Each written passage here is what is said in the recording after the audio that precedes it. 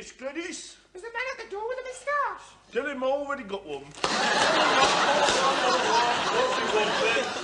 He says, do we want a documentary on molluscs? Molluscs? Yes! What's he mean, molluscs? Molluscs! Gastropods, lamellibranchs, cephalopods! Oh, molluscs. I thought you said bacon.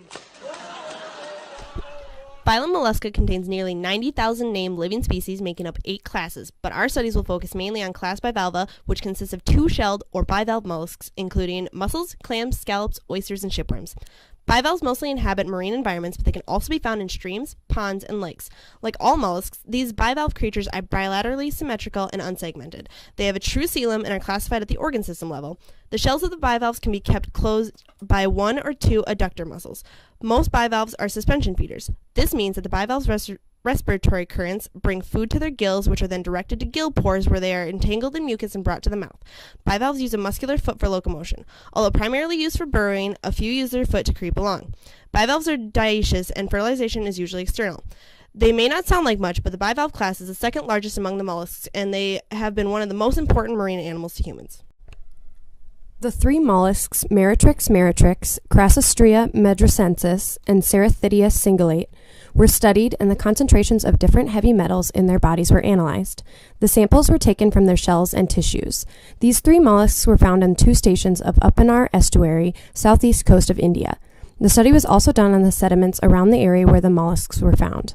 These heavy metals pose a great risk to the environment and to human health. The purpose of this study was to weigh the environmental concern of these specific mollusks to see if this is where the efforts should lie in reducing environmental damage.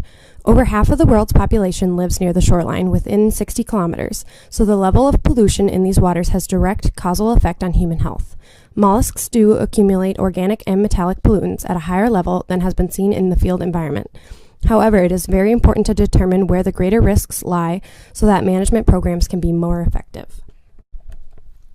Samples were collected at 2 different sites in the Uppenar Estuary. Station 1 was near the Sipcot industrial area to the north of Station 2, which was near the mouth of the estuary near the fishing harbor. Specimens of the gastropod Cerathidia cingulate and bivalves Meretrix and Crassostrea medracensis were collected from each station by hand. Sediment samples were collected using an acid-washed PVC corer. Samples were then dried in ovens at 60 degrees Celsius. Once fully desiccated, the sediment, tissue, and shell samples were individually pulverized in a glass mortar and filtered to 0.2 millimeter particulate size. Samples were dissolved in nitric and perchloric acid and analyzed for trace mineral content using optical emission spectrophotometry.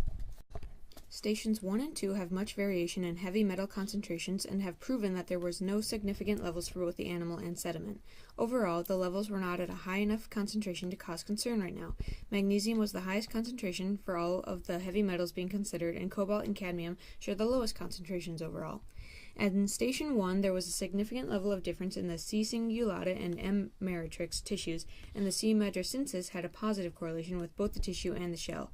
In Station 2, the shell of the C. medracensis had a positive correlation, and both the shells and tissues of the 2 other mollusks also had a positive correlation.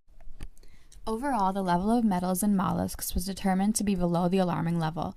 Although normal levels of metals were found within mollusks in this study, the researchers still stand by their hypothesis as they referenced a few other studies that have demonstrated alarming levels of metals. For example, a study on the southern coast of Spain was able to find a correlation between metals in mollusks and metals in sediments at very high levels.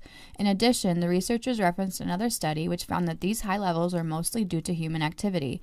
This particular study states 60% of metals measured from surface sediment are from anthropogenic activities. Regardless of the fact that this experiment did not find high levels of metals, and others have, these metals can reach extremely high concentrations within mollusks, and they can become toxic and harm body function. A conclusion needs to be found as to why alarming levels of metals in mollusks are found in certain areas of the world, so that the problem can be solved. Until then, metal concentrations in certain areas are only going to increase, which puts mollusks, the organisms who depend on them for survival, and humans who depend on them as a source of income or food at risk.